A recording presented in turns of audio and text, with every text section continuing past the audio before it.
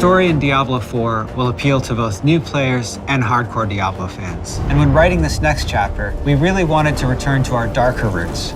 Sanctuary is in a very interesting state right now. It's 50 years after Reaper of Souls from Diablo III, where half of the population was exterminated by an archangel. The world has seen quite a bit of changes, quite a bit of scarring from its wounds that have not totally healed. In these years of death and decimation, power vacuums have opened up and been filled by various factions you'll actually get to interact with in Diablo IV. Heroes of the past that we've known and loved have long since faded into memory, as well as an iconic order known as the Haradrim. The world is a bit broken and wounded, and it's in this fragile state that Inarius and Lilith return, and they are the makers of Sanctuary, and their return may not mean the best for humanity.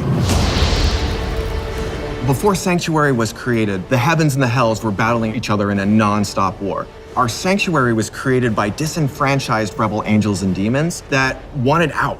They didn't want to be a part of this never-ending war because there was literally no point. Two of those people were Inarius and Lilith. Lilith is a demon and Inarius is an angel. They were part of the eternal conflict between heaven and hell, in which they were constantly fighting with each other.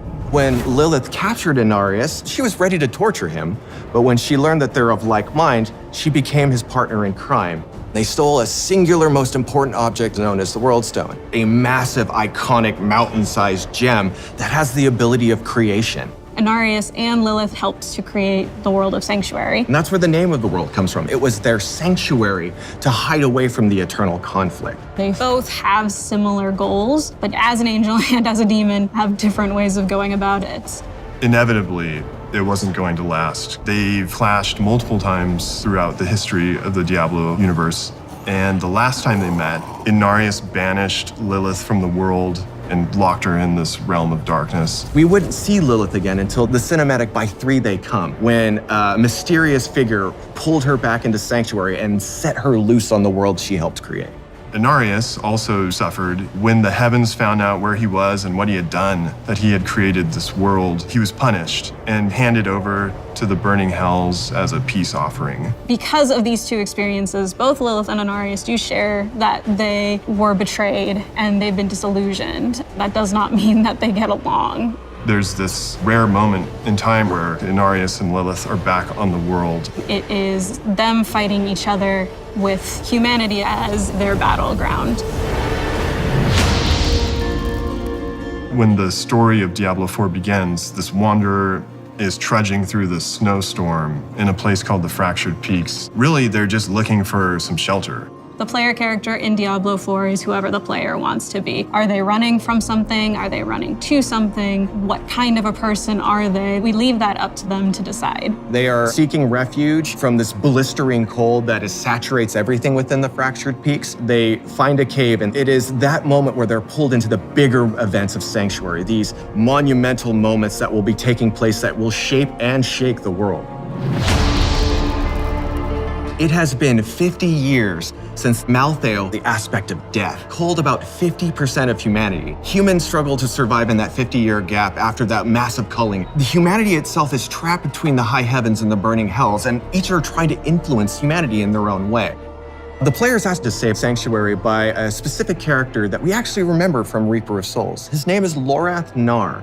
Lorath in Diablo IV is not the same Lorath from Diablo III, Reaper of Souls. He's a changed man. He was a member of the Haradrim.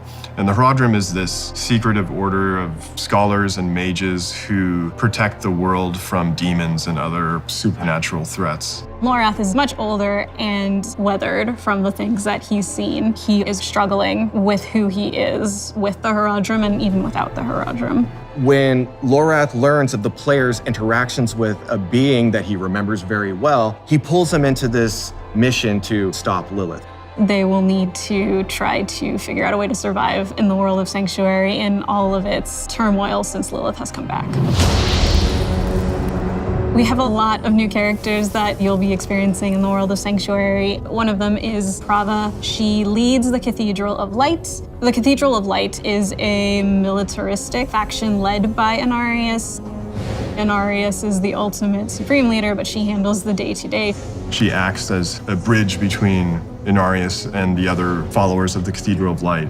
She was at rock bottom when Inarius met her. As you can imagine on Sanctuary, life is brutal. Inarius uplifted her and taught her the tenets of the Cathedral of Light. Ever since then, she's become his most loyal, fervent follower. She would do anything for him, and she just really believes in what he stands for. Inarius is in various states of bitterness. You're seeing a faction that has done as much good as necessarily bad. You as a player get to decide how you feel about those actions, and Prava will be at the forefront of all of it. Donan, he's one of the Herodrim. He is this very gifted mage who also is a scholar. We find him in this place called Scotland, where he's made a name for himself and become something of a hero. In Diablo IV, we'll find out what Donan's relationship with Lorath is and the Herodrim and how he became a hero in this place. Neyrelle is this young adventurer. She has traveled the world with her mother looking for lost artifacts. She's spent her life going through old ruins and reading old texts and learning these arcane things. Together, they're searching for the remnants of the Herodrim. They believe in finding that they'll find some purpose. She is someone who is very intent on stopping Lilith, so she becomes a very strong ally for you and for Lorath throughout the game. It's through her actions that Lorath and the group that you will follow will come to contend against Lilith. Something that we tried to do from a narrative perspective is create people that are living in a very dark place, but still trying their best to live. They'll have some scars, but they also have these pieces of beauty and humanity. We wanted to ground them in the circumstances of the world and make them feel real and relatable. With Diablo IV, you're very much watching a tragedy unfold. It's definitely a story that we wanted to create around people, not just the apocalyptic elements that surround the story. And that's something that we really sought to bring to you as a part of the Diablo narrative. Lilith is free, she has some followers, and she's back on her old business. She's gonna corrupt us or try to turn us to her side for her own ends. The story of Lilith and Inarius is the darkest story we've ever told, and it expands the mythos of Sanctuary and the lore of the series like never before.